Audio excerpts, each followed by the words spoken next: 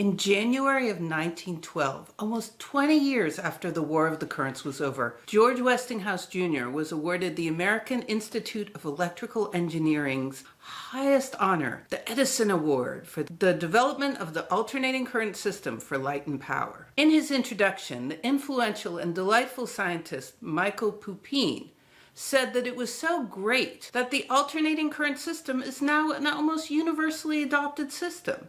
And the medal named after the man Edison, who 22 years ago was the chief opponent of the alternating current system, goes to the man Westinghouse, who 22 years ago was the chief defender of the alternating current system. Then the great Elihu Thomson added that it is well known to all that Westinghouse became one of the foremost exponents of the alternating current system of distribution by transformers, in spite of considerable opposition, which was 2 or 3 years later, by the acquisition of patents of Tesla in the Polyphase field, although it took years of skill and able engineers to render available in industry the induction motor. Let me say that again. In 1912, George Westinghouse Jr. was called the chief defender of the alternating current system and the main rival of Edison during the War of the Currents, years before Tesla came into the picture. Fast forward almost 5 years, on December 13, 1916, when Nikola Tesla was awarded the same Edison Medal for his early original work in polyphase and high-frequency electrical currents. This time, although everyone was very flattering, no one, and I mean no one, mentioned Tesla being the main defender of alternating current or Tesla having a rivalry with Edison. In fact, Tesla himself described meeting Edison as being extraordinary, recalling that, quote, "When I saw this wonderful man and saw the great results by virtue of his industry and application, I felt mortified that I had squandered my life with useless education." And if you're thinking that Tesla was such a nice guy, he even complimented his tormentor, I'd like to point out that just after this award was given, Tesla's tower was knocked down for scraps. And even then, Tesla repeated basically the same words about Edison in a series of autobiographical articles he wrote 3 years later in 1919. The same set of articles where Tesla described the people who thwarted him are, to me, nothing more than the microbes of a nasty disease. Now you might be confused by this. I sure was when I read it. I thought that Tesla, not Westinghouse, was the chief defender of the alternating current, AC, and that it was Tesla, not Westinghouse, that was Edison's main rival in the War of the Currents. However, by reading original documents, I found that most of the things we think about Tesla, well, they just aren't true. And it begs the question, 1, what's the true story? And 2, why do so many people passionately, and I mean passionately, believe a false story? Ready? Let's go. Part 1, how this all started, 1867 to 1887. George Westinghouse Jr. had this habit of starting a new business every time he had a new idea. For example, when he was just 20 years old in 1867, Westinghouse convinced the company to manufacture his device, called the railroad frog, that helped derailed trains get on track, which was a huge success ever since he convinced Commodore Vanderbilt to buy a whole bunch of them.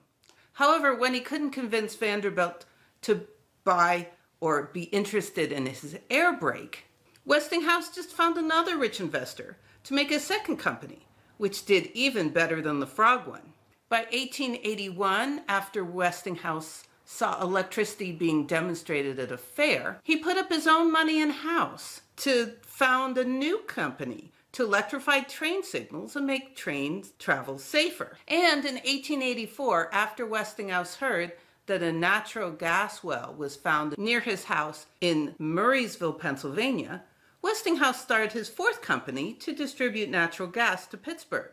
Amusingly, Westinghouse used gas that was pumped from a well in his backyard after his wife teased him that the brakes had one advantage over gas: you could always work out your problems at home, instead of running off to Murraysville every day. So when in the summer of 1885, Westinghouse learned that there was a way to transmit alternating or AC electricity long distances with low loss if they were at a high voltage and low current, and then use a secondary generator or transformer to transform the electricity to a safe voltage near customers, he was hooked. It took him till December 1885 to get his hands on a device, whereupon it took him about 3 weeks to put together a commercially viable system. By January 1886, Westinghouse created the Westinghouse Electric Company for a cool $1 million.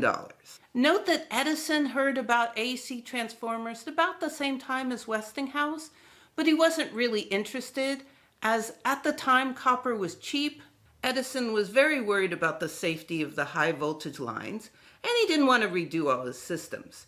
Therefore, Edison stuck with direct current, or DC, which couldn't use transformers. Anyway, although Westinghouse's company was wildly successful from the get-go, it took until November 1886 for Edison to hear about it, whereupon Edison freaked out and became instantly convinced that Westinghouse would, quote, kill the customer within 6 months. Edison then fought Westinghouse in the time-honored way.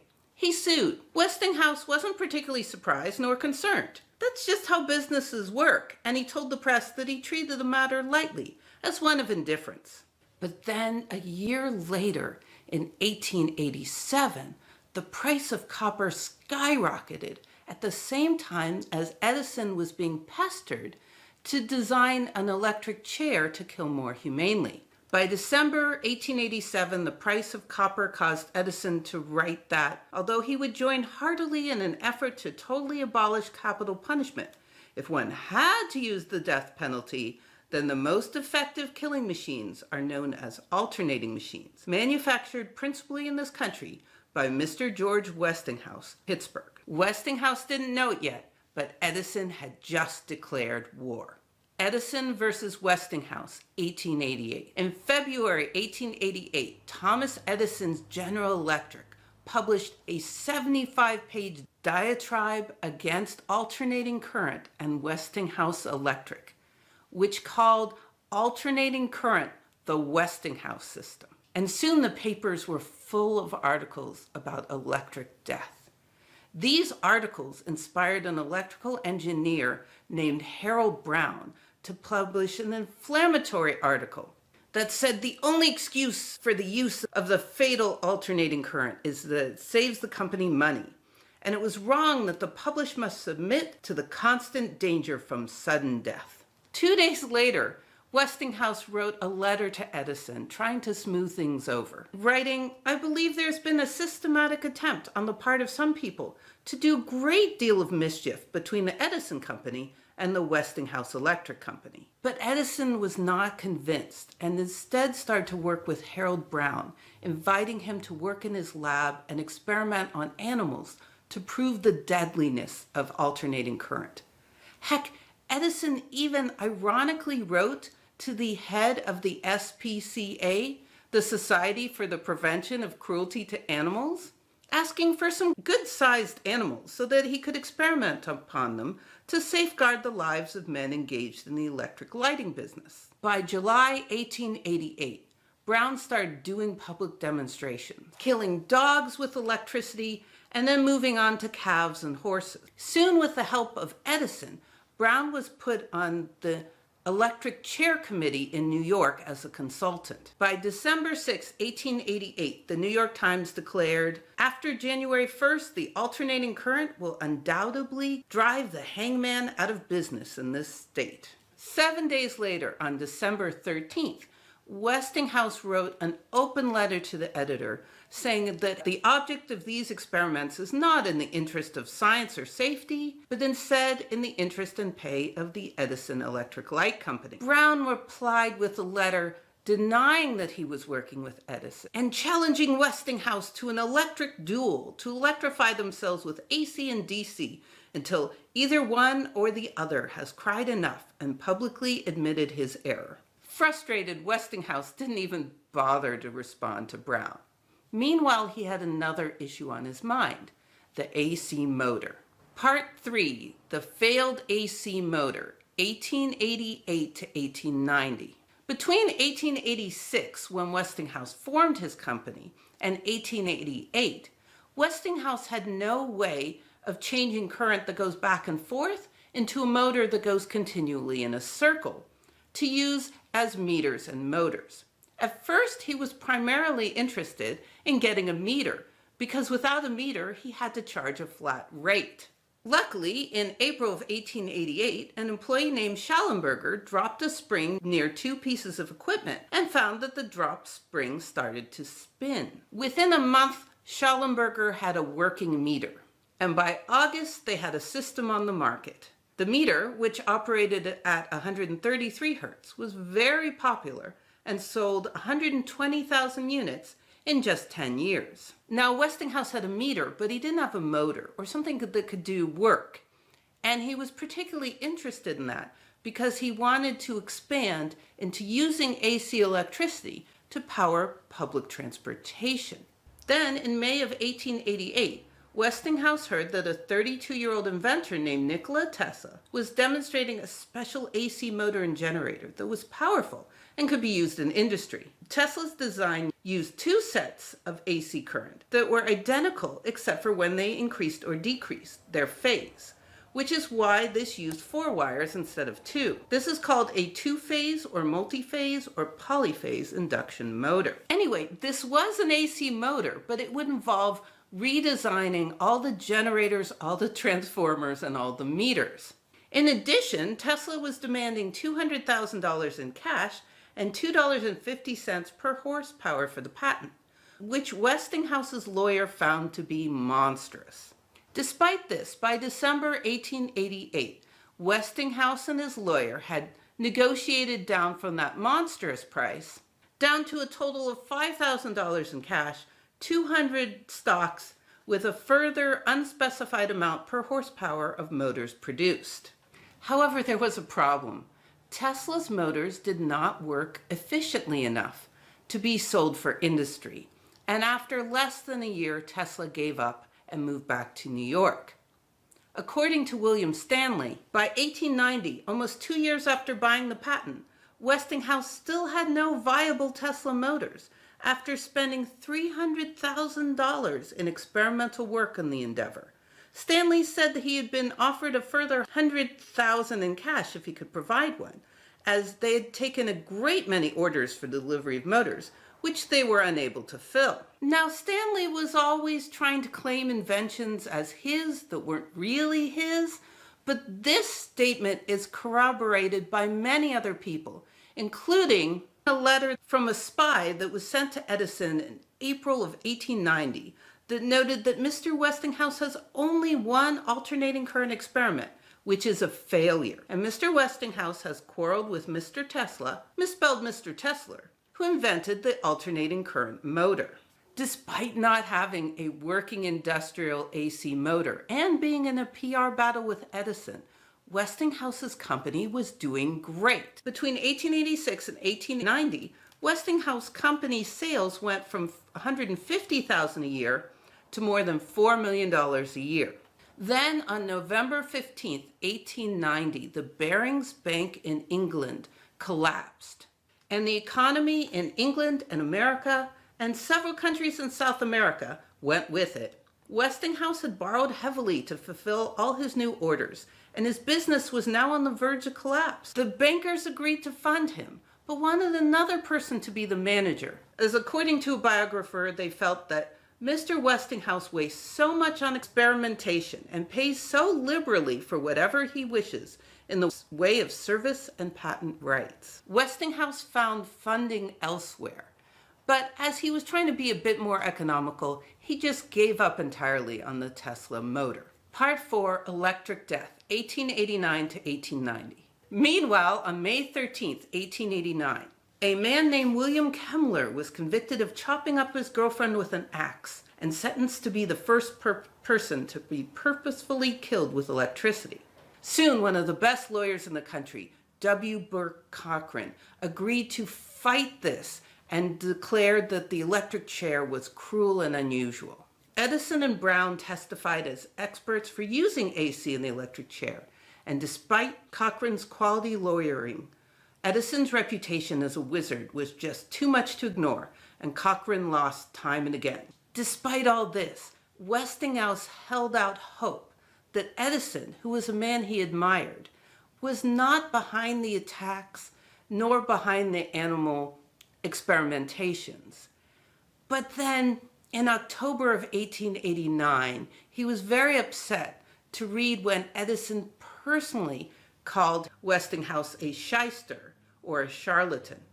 Edison's lawyer told Edison that Westinghouse was very hurt by Edison's insult. According to the lawyer, he was really cut up about it. By May 1890, Cochrane got the assistance of another lawyer named Roger Sherman. And although Cochrane and Sherman tried to pretend that they took the job out of love of humanity, the New York Tribune reported that it seems to be the general belief that the stay in Kemmler's case has been brought about by the Westinghouse Company. Eventually, it was leaked that Westinghouse worked extensively with Sherman to try to stop the execution, but to no avail. Finally, on August 6, 1890, Kemmler was the first man to be put to death with electrocution.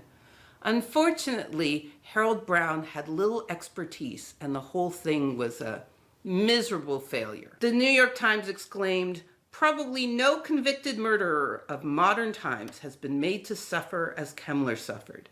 It cannot be merely characterized as unsuccessful. It was so terrible that the word fails to convey the idea." After this, Edison was humiliated and pressured to stop publicly complaining about AC as it was bad for all electric business. And without Edison's support, Harold Brown slinked away, never to be seen from again.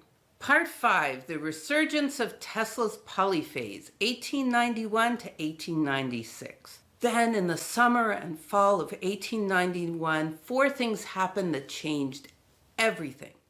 First, a Westinghouse employee convinced Westinghouse that AC at 60 Hertz would travel longer distances with less loss than 133 Hertz, which would be useful as Tesla's motor was optimized at 60 Hertz.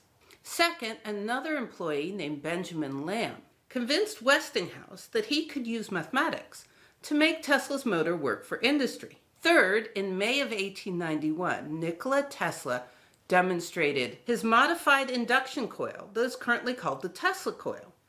Now, at the time, remember, people were still astonished at the sight of a single light bulb.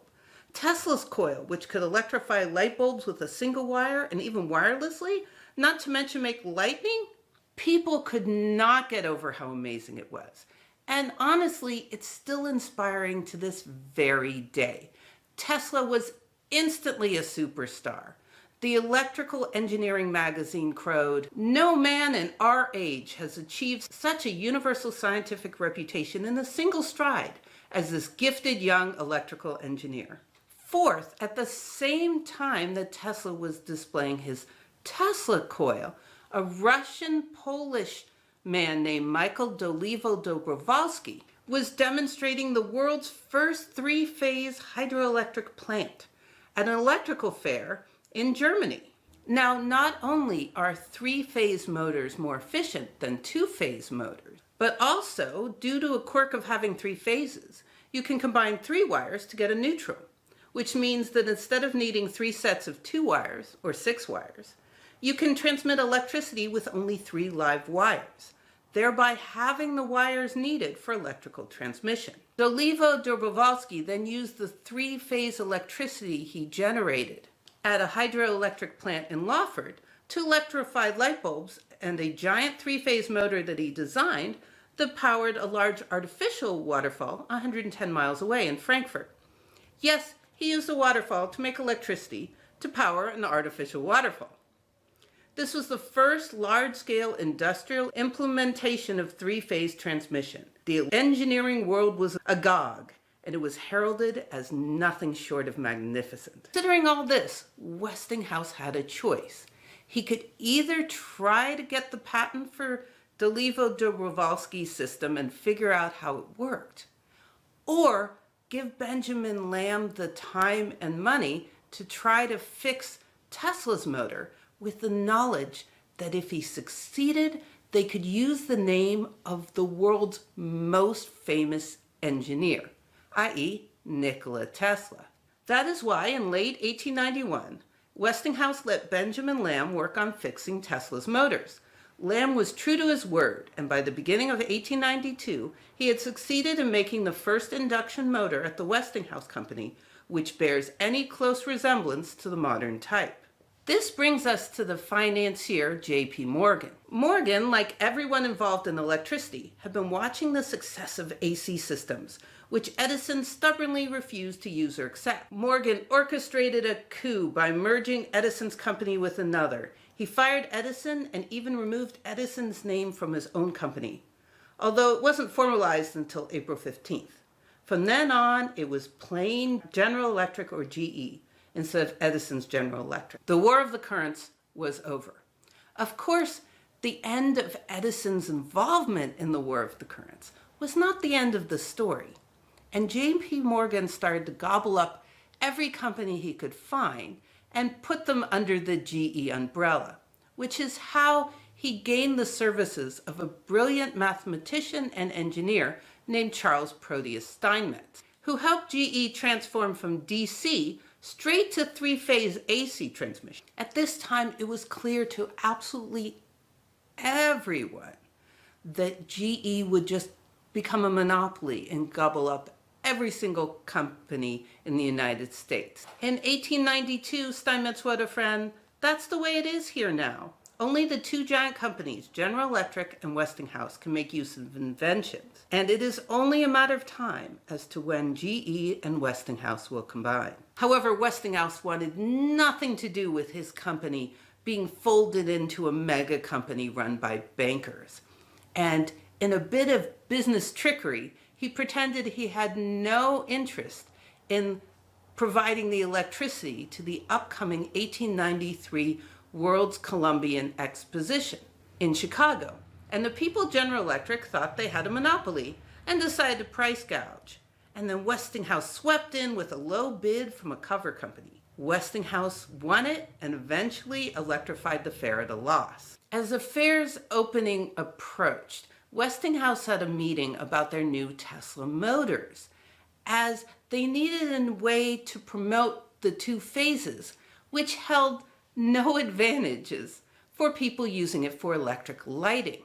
That is when Benjamin Lamb suggested they should make what he called a fad out of two-phase generators, so that everyone would buy them and the motor question would soon settle itself. However, Westinghouse realized that it would be difficult to promote two phases at the fair, as they didn't have enough two-phase generators that were big and powerful enough to use at the fair, and they didn't have time enough to build them. According to Lamb, Westinghouse suggested using two separate single-phase generators that were staggered 90 degrees apart as a step towards a coming polyphase supply system. Note that Lamb and Westinghouse always used the term polyphase, so it seemed like they were using the latest technology, three-phase, instead of the slightly older technology, two-phase. At the fair, Westinghouse built a giant sign at the entrance to the electrical pavilion with the words, "Westinghouse Electric and Manufacturing Company with Tesla Polyphase System." And Westinghouse then invited Tesla to demonstrate his two-phase, three-phase, four-phase, and six-phase motors, as well as his wireless devices in the Westinghouse Company's section of the electric building. Combining Westinghouse's AC with the name Tesla was excellent marketing, especially since much of the public was kind of scared of AC due to the War of the Currents. And soon Westinghouse won the contract to install two-phase AC at Niagara Falls. And at Niagara Falls, Westinghouse once again used Tesla's name all over the place.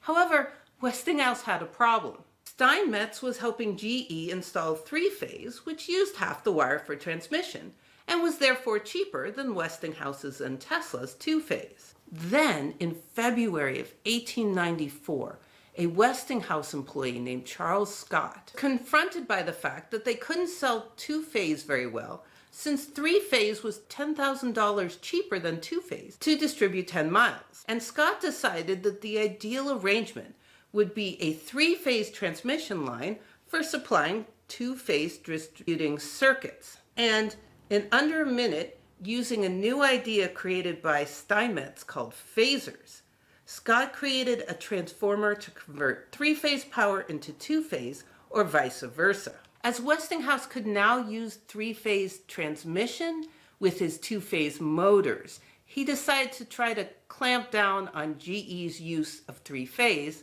and also his former employee's name, William Stanley. And in April 1895, he sued them and wrote public advertisements against GE for using what he called the Tesla Polyphase system in their three-phase. In these notices, Westinghouse stated that Tesla's system was especially adapted for the transmission of power over great distance, and adopted for the great plant at Niagara, which helped convince the general public that Westinghouse's entire company, AC and Niagara Falls, were all due to Tesla's patents. Remember, Tesla was still amazingly famous, and AC still had a bad reputation. However, by April 1896, Westinghouse was convinced that it would be far cheaper and more pleasant to drop the lawsuit and instead go for a patent-sharing deal with GE. Because of that, in April of 1896, Westinghouse gave a lump sum of $216,600 to Tesla in order that both companies, GE and Westinghouse, might manufacture apparatus covered by those patents without the payment of royalties. Tesla might have been particularly interested in this lump sum as his factory had just burnt down and he had never paid for insurance. Tesla then basically turned around and burned through all that money and his reputation along with it. Part 6. Tesla destroys his own reputation, 1896 to 1904. After Tesla received that bulk payment, he started to announce the discovery of many, many new inventions, none of which made it to market. For example, in May of 1896, just after Edison patented an X-ray light bulb, or an X-ray machine coated in a phosphorescent screen, Tesla announced his own X-ray light bulb, as steady as the sun and more brilliant than any artificial light. Note that the title of the article was Edison and Tesla Rivals, because before this one little event, they had never been considered enemies or rivals in any way. Then in September of 1897, 3 months after Guglielmo Marconi got good press for a major talk about his wireless transmission system, Tesla filed for his own wireless transmission system that would not only send signals, would also send energy too. In his patent, Tesla said that his system would not only be able to transmit electrical energy at astonishingly high rates, but also transmit intelligible messages to great distances, illuminate upper strata of the air, make useful changes to the conduction of the atmosphere, and manufacture nitric acid and fertilizing components from the atmosphere, and more. However, after this patent was filed, not much happened. And in November 1898, Tesla pivoted to describing his creation of a remote control navy that will never miss, be able to submerge at a command and respond only to a certain note or tune. Once again, this was not produced. Meanwhile, in December of 1899, the Marconi Wireless Telegraph Company for America was incorporated with a capital of $10 million, and soon the papers were full of Marconi's accomplishments and setbacks. After Tesla learned that Marconi grounded his wire, Tesla thought that maybe the reason he was having trouble using his coil to electrify the atmosphere is that his coil wouldn't electrify the atmosphere, because in his mind, radio waves vibrate the earth, not the air. So therefore, he could electrify the entire earth. In January of 1900, Tesla went to Westinghouse for funding for his project to electrify the Earth, and Westinghouse gave him a personal check of $6,000 and wished him good luck. Then, in January of 1901, Marconi made waves when he told the Daily Chronicle of London that he had transmitted a signal wirelessly an astonishing distance of 100 miles, although he was not yet ready to say he could transmit across the Atlantic, saying it was merely a possibility for the future. A few weeks later, Tesla published an article that he was doing better, a lot better than Marconi. Tesla claimed that he could not only send electric power wirelessly for 50 million or 100 million miles at rates of 110,000 horsepower, he also said he'd made a radio machine that could easily kill in an instant 300,000 persons. This was the origin of the death ray. Even stranger, he claimed that he got a signal and he couldn't tell where it came from, so it must have come from Martians. I'm not kidding. Not only was that signal obviously from Martians, but it could also have been from aliens on Venus or the moon, as, quote, a frozen planet such as our moon is supposed to be. Intelligent beings may still dwell in its interior, if not on its surface. Honestly, do I have to tell you that the moon is not a frozen planet and not hollow, and there is no reason to suppose that intelligent life would form inside a frozen, hollow planet, even if it was? As you can imagine, that article was ridiculed publicly. Despite this, Tesla convinced J.P. Morgan, the same man who fired Edison and who was still trying to take over Westinghouse's company, that Tesla's system was superior to Marconi's, and he had patent priority of Marconi's system. In March of 1901, J.P. Morgan gave Nikola Tesla $150,000 to build a wireless station in Long Island, New York, and Tesla promised he'd be able to communicate to London in 6 to 8 months. Tesla still had his die-hard fans, but most people felt, as an article in 1902 put it, aside from his polyphase work, Tesla has gradually sunk into oblivion, and even his claims to the fatherhood of wireless telegraphy, both mundane and Martian, are not sufficient to bring him forth into the light of popular esteem in which he was formerly held. As the years passed, Tesla didn't manage to demonstrate any significant transmission of power or communication from his tower. Instead, on January 19th, 1903, Marconi was the one who sent the first two-way transatlantic wireless signal from Roosevelt in America to King Edward of England and back. And Marconi appeared to everyone to be the winner of the wireless race. Tesla was undeterred, but Morgan was basically done with Tesla and his promises and cut off funding. By the end of the next year, Tesla wrote Morgan in desperation. "Since a year, Mr. Morgan, there has hardly been a night when my pillow was not bathed in tears." By 1906, Tesla had to fire his employees working at the wireless tower, where it remained empty for many years. Although Morgan is often portrayed as a villain for these series of events, if you take a step back and look at it, Morgan paid a lot of money for a promised system to transmit information to Europe within 8 months. And instead, nothing happened in 3 years and he cut off funding. That isn't villainy, that's basic business. In truth, although Edison and Tesla had a lot of issues with Morgan, his actions with both of them were justified.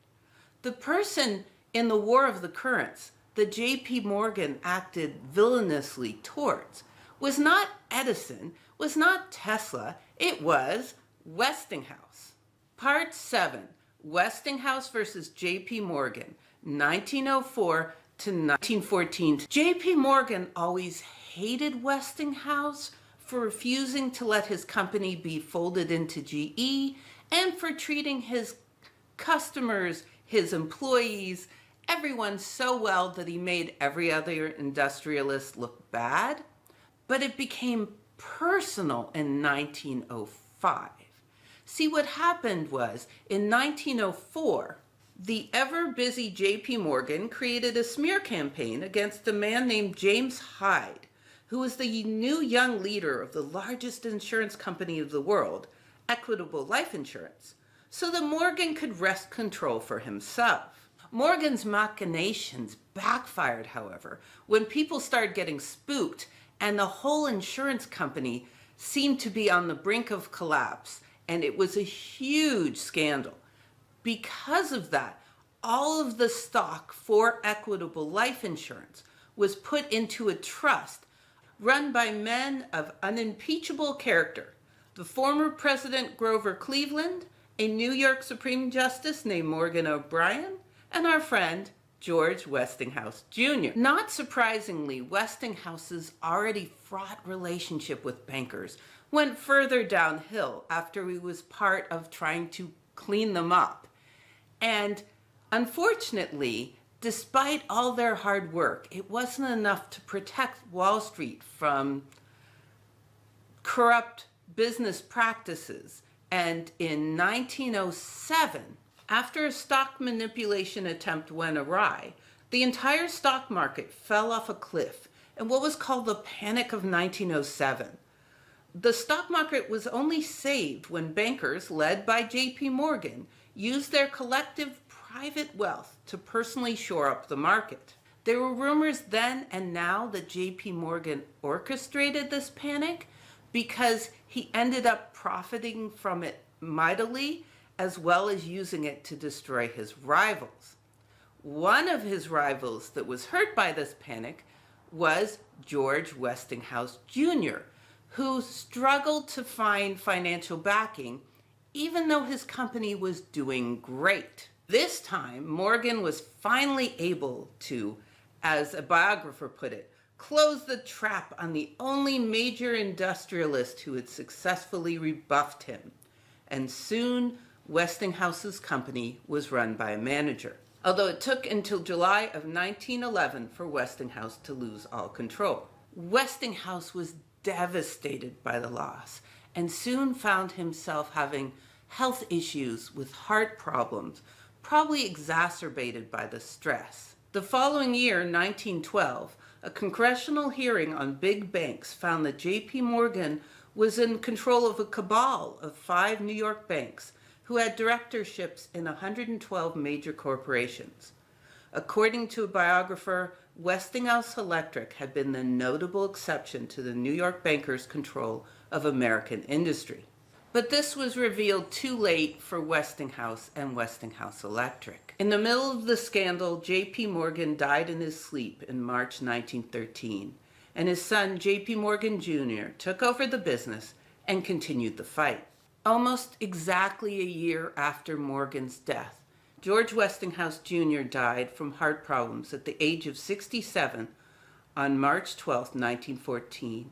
It seemed like the entire city of Pittsburgh mourned. He is still admired in Pittsburgh, but outside that now fair city, his reputation slowly faded from view, especially as people like J.P. Morgan Jr. and other industrial leaders didn't want to talk up what a great leader, boss, and inspirational person he was, as they felt that it would reflect badly on them. Part 8. Tesla's reputation starts to rebound. 1914 to 1919. When Westinghouse died, Tesla got a bit of a reputation boost, as most biographers mentioned that Westinghouse had backed Tesla financially and that Westinghouse had built the system in Niagara Falls, which was connected to Tesla in most people's minds. Despite this, they all attributed the promotion of AC to Westinghouse. Like when Electrical World wrote, quote, "The alternating current which Mr. Westinghouse fought into universal recognition has alone made possible long-distance transmission of energy." Electrical World also interviewed several former employees, including Tesla, who gave a vague but flowery tribute where he called Westinghouse a captain among captains, leader among leaders. Meanwhile, despite the end of his wireless dreams, Nikola Tesla continued to live a luxurious lifestyle at the exclusive New York hotel, the Waldorf Astoria. However, in late 1915, the owner of the hotel became frustrated with the peculiar odors and the inordinate amount of pigeon excrement coming from Tesla's room, and sent Tesla a bill for $19,000 in total rent due. Desperate, Tesla had to sell the deed to his tower as collateral. By March the following year, he was humiliated and taken to bankruptcy court as he couldn't pay $935 in back taxes. Tesla claimed to have scores of debts, no money in the bank, no physical assets, and lived mostly on credit. Strangely enough, it was this embarrassing article, combined with all the articles that mentioned Tesla with Westinghouse's death, that caused a resurgence of interest and appreciation of Tesla. Many people thought it was criminal that someone who had brought polyphase and high-frequency coils to the world was living in poverty, and many people started giving him money. Also, as I said in the introduction, by December 1916, the American Institute of Electrical Engineers awarded Tesla the 7th Edison Medal for inventing polyphase and for inspiring people with his coil. Though Tesla's influence on these subjects was extraordinary, most established scientists and engineers were a little hesitant to go to this meeting because they were worried about what Tesla would say. So instead, they found basically sycophants who described Tesla as the creator of all electrical industry.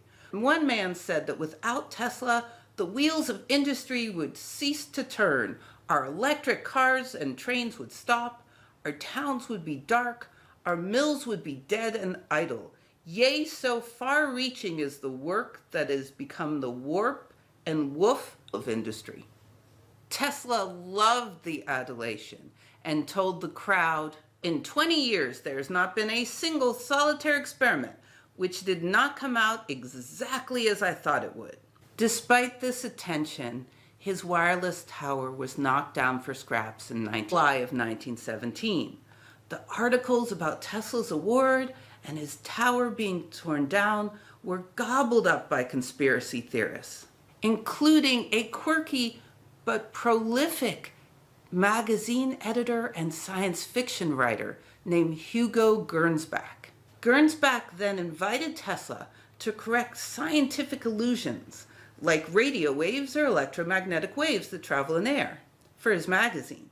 In addition, Tesla also penned a series of autobiographical sketches that he then published as a book. Both the book and Gernsback's support kept Tesla tangentially in the limelight, and he was regularly invited to fancy parties by rich New Yorkers so that he could pontificate about science or philosophy or ESP or whatever he was talking about at that moment. Part 9, Edison's Reputation Rebounds, 1903 to 1931. In the early 1900s, Thomas Edison gave up on X-rays experiments after he was injured by it and moved on to movies, whereas employees pushed him to make more dramatic mini-films, including the revolting filming of the electrocution of an elephant at a circus, which had nothing to do with the War of the Currents. Edison was then such a pain about movies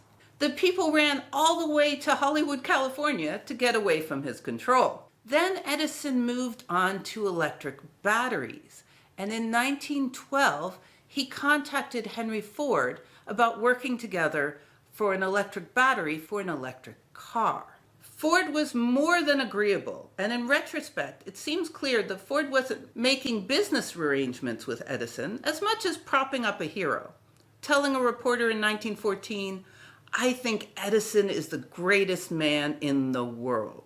Even though they basically dropped the electric car, Ford remained Edison's closest friend and biggest fan for the rest of Edison's life, and Ford dedicated a ridiculous amount of money to promote Edison's image. That is why on October 21st, 1929, Ford unveiled the long-awaited Edison wing of his museum to celebrate the 50th anniversary of Edison's manufacture of his first incandescent lamp. Ford called the celebrations Light's Golden Jubilee, and it was a party to rival all parties, with John Rockefeller, Marie Curie, Orville Wright, Will Rogers, the President of the United States, and over 500 other VIP attendees. Edison died 2 years later in 1931 from diabetes. After his death, with the support of Henry Ford and GE, Edison was lauded as an American hero, the inventor of the light bulb, and the epitome of creativity and ingenuity, with no mention of his less than attractive actions during the War of the Currents. Part 10, Tesla changes the story. 1929 to 1943.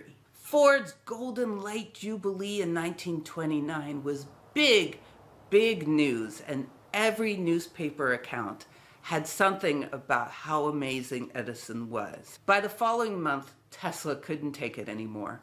He wrote an article to the New York World which erased Westinghouse entirely from the subject and pretended that he, Tesla, had invented alternating current, writing that, quote, Edison and his associates bitterly opposed the introduction of my system, raising a clamor against the deadliness of alternating current. Tesla went as far to claim that had Edison companies not finally adopted my invention, they would have been wiped out of existence. This is the origin of the myth of the Tesla-Edison rivalry. Meanwhile, Tesla became enamored of a German-American poet named George Westinghouse. This was a problem, as by the early and mid-1930s, Westinghouse became more and more enamored of Nazi Germany. According to a Tesla biographer, calling Hitler, quote, a dynamic genius and a poet of passion. And Tesla became more and more enamored of Westinghouse, dedicating his one and only published poem to Westinghouse on December 31st, 1934. In February of 1935, Westinghouse interviewed Tesla for an article about Tesla's predictions for the future and convinced the 78-year-old Tesla to pontificate about eugenics with views that were fully aligned with the Nazi ethos, saying that it was dangerous that, quote, we continue to keep alive and breed the unfit, and that several European countries and a number of states in the American Union sterilized the criminal and the insane. This is not sufficient. The trend of opinion among eugenics is that we must make marriage more difficult.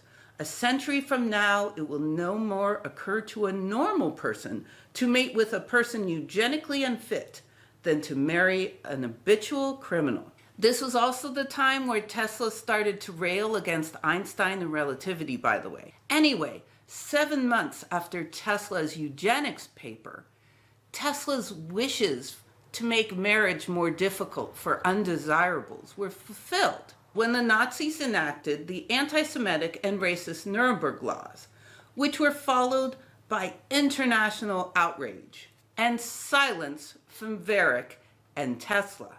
In 1941, at the beginning of the United States entering the war, Westinghouse was arrested for failing to register as a Nazi agent. Towards the end of his life, Tesla started to be followed around by a prize-winning journalist named John O'Neill. Now, O'Neill had met Tesla when he was just a child working at the New York City Library and had been a superfan ever since.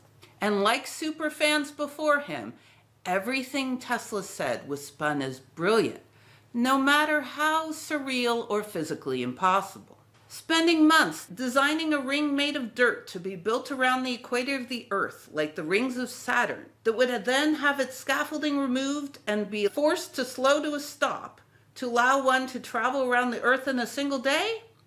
That was just an excellent opportunity to use all the mathematical techniques available to him.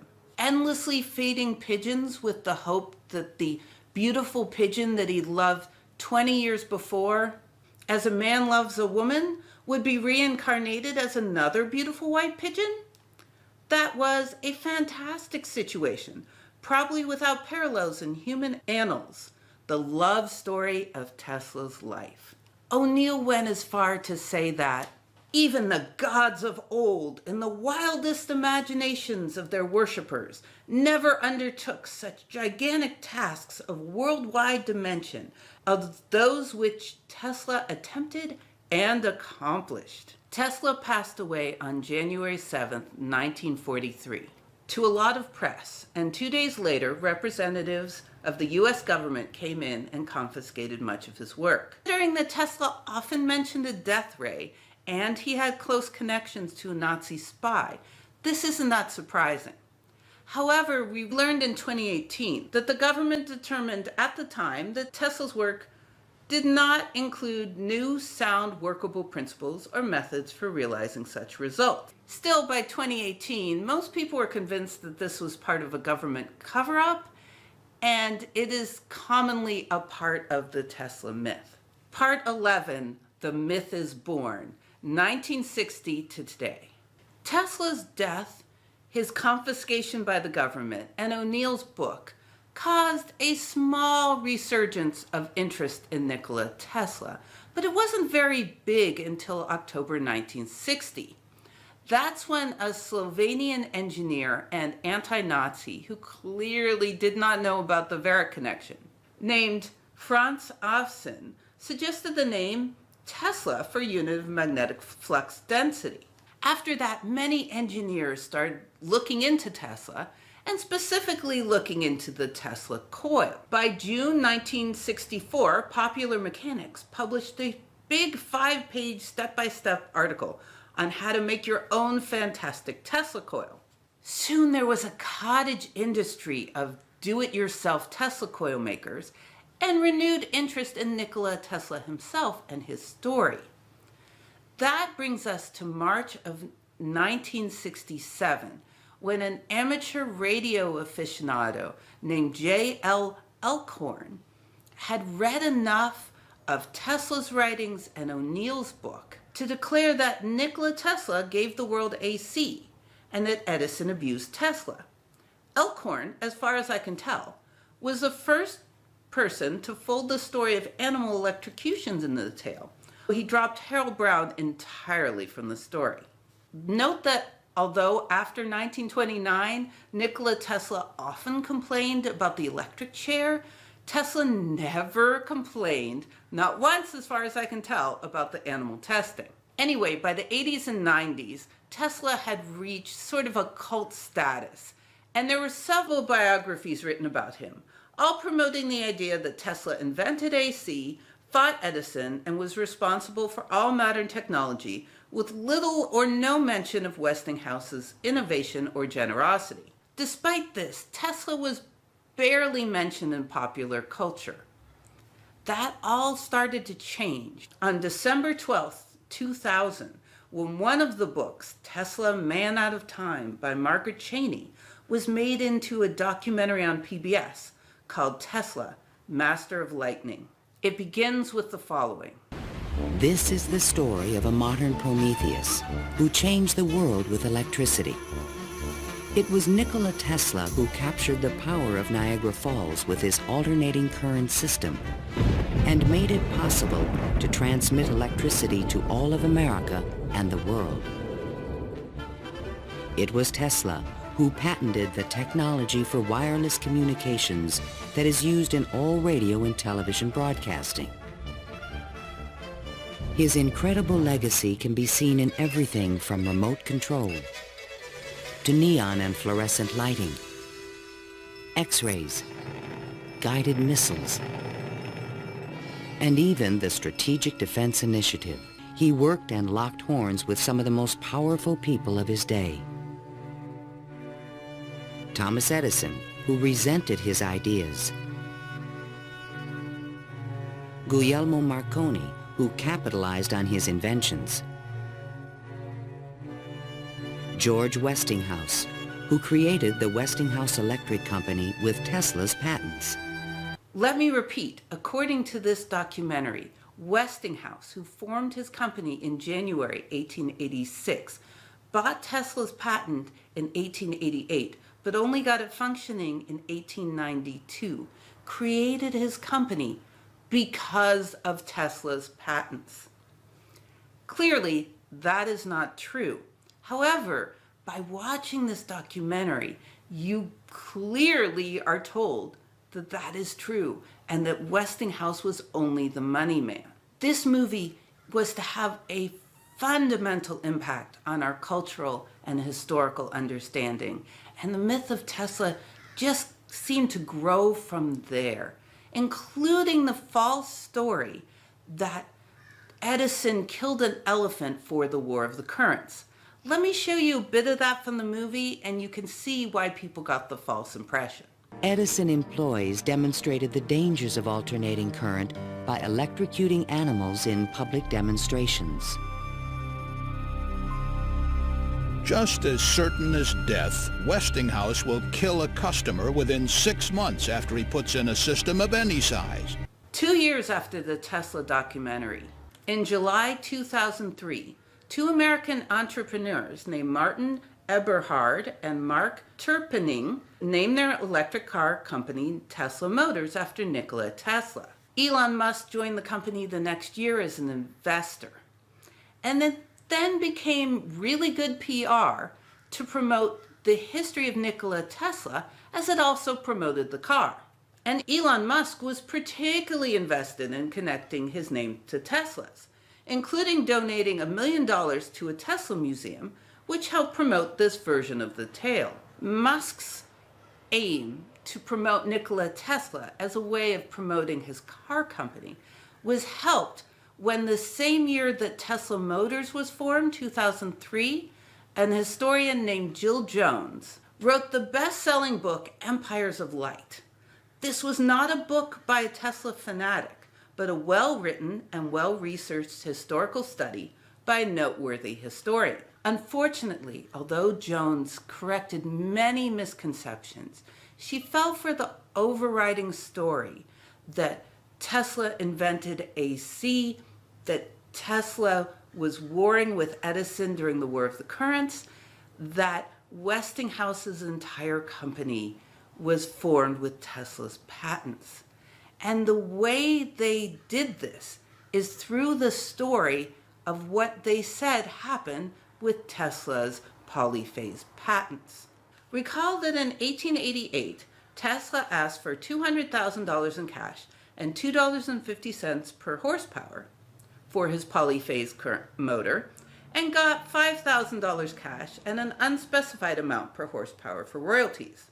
Also recall that in 1896, Westinghouse paid Tesla a lump sum of $216,600 for those same royalties. However, in 1943, O'Neill wrote that Westinghouse gave Tesla $1 million cash for the patent on the spot, plus $1 per horsepower.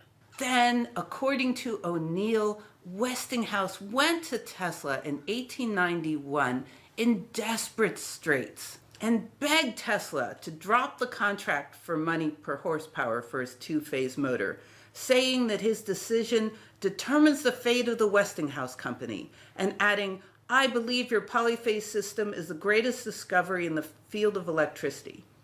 O'Neill then wrote that Tesla ripped up the contract on the spot, an act of generosity that was worth a whopping $12 million, which caused Tesla to be without funds with which to develop his discoveries.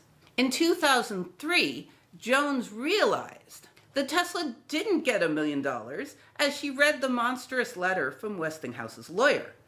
But for some reason, she still thought that Tesla got $2.50 per horsepower, which is possible. I can't find any original documentation that said how much he got per horsepower for his patent, but it was clearly something because it was worth $216,600 in 1896. Anyway, what's much more damaging is she then rewrote word for word O'Neill's words about Westinghouse coming in there and ripping up the contract and how that kept Tesla from being able to fulfill his other ideas about electricity. She even upped the amount that this contract was worth. Now, instead of $12 million, it was $17 million. In a Q&A, she said, Tesla should have been rich just from the royalties on AC, but ever the idealist, he gave them up to save the Westinghouse Electric Company in a time of dire financial peril. Without his AC royalties, which would have been $17 million, Tesla never had enough capital to launch his expensive and ambitious projects. Soon, Tesla was popping out all over the place in popular media as a genius, and Westinghouse's accomplishments and personality were stolen from him. Then in 2012, a man named Matthew Inman, who publishes a webcomic called The Oatmeal, posted a blog titled, Why Nikola Tesla Was the Greatest Geek Who Ever Lived, which not only completely ignored Westinghouse, but also portrayed Tesla as inventing everything, not just AC, but also radio, radar, X-rays, the first hydroelectric plant, cryogenic engineering, the transistor, quote, the first person to record radio waves from outer space. I guess it's a reference to Tesla talking to the Martians? An earthquake machine, ball lightning, remote control, neon lighting, and even an unlimited wireless power from the ionosphere. I know, this is a fun comic. It isn't real. As Inman himself said in response to the controversy, I'm a comedian and I speak in hyperbole. However, it's hard not to think that if even half the comic was true, that Tesla wasn't the greatest man who ever lived, and Westinghouse was only important as a financial backer of Tesla's. And soon, Inman collected enough money for a Tesla museum. The thing is, half the comic isn't true. In fact, aside from some negative comments about Edison and Tesla loving his pigeon, basically all of it is false. I'm sorry, this is not Mr. Inman's fault. His comics are amusing and he is deservedly influential. It is not his fault that historians have painted such an inaccurate story in such a convincing way that we all fell for it. Heck, I fell for it too, but it's not true. Anyway, I think one of the big problems with studying Nikola Tesla is trying to make him into a scientist or an engineer, when really he was an electrical artist, and probably the best that ever lived. Tesla could build devices that were made of wires and switches, and yet they were things of beauty that still, well over 100 years later, delight and inspire. And I have nothing but respect for the modern wizards who dazzle us with these devices. The number of engineering and scientific developments that were inspired by Tesla is immeasurable. And he did this magic despite, or perhaps because, he was basically untethered to reality. And I think that is worthy of admiration and appreciation. However, if we forget that Tesla was an unreliable narrator, then we tend to erase the actual accomplishments of the people who got things done. And that doesn't seem right. I particularly feel bad for Westinghouse, who went from being known as he was, a generous, inventive, and incredibly influential engineer, into being known for what he hated, a greedy banker. In addition, the idolation of Tesla requires you to think of innovation as isolated incidences of brilliance, instead of a community of people sharing a river of ideas that are debated and argued over time. I think there is room for insane artistry and practical engineering development. In fact, they complement and promote each other. But please, if you see something, even on a very professionally made documentary, try to see if you can check out some original sources and see if it makes any sense. Speaking of which, you could say the same about me, so to be transparent, on my website, www.kathylovesphysics.com, I have my script with links that you can click on and it will go to the original document so you can check it out for yourself. I also have a lot more detail in my book, The Lightning Tamers, which covers not just the War of the Currents, but the history of electricity and how it developed from 1580 to today. I also have a ton of other videos about three-phase and Steinmetz and the history of radio and history of quantum mechanics. I have a lot of videos. I talk a lot. And feel free to check those out. Speaking of which, I'm going to do a biography of William Rowan Hamilton and how quaternions work and how they ended up with vector calculus, like I promised, I think 2 months ago. So subscribe and hit the bell button, because that is next time on The Lightning Tamers. Thank you so much for my patrons.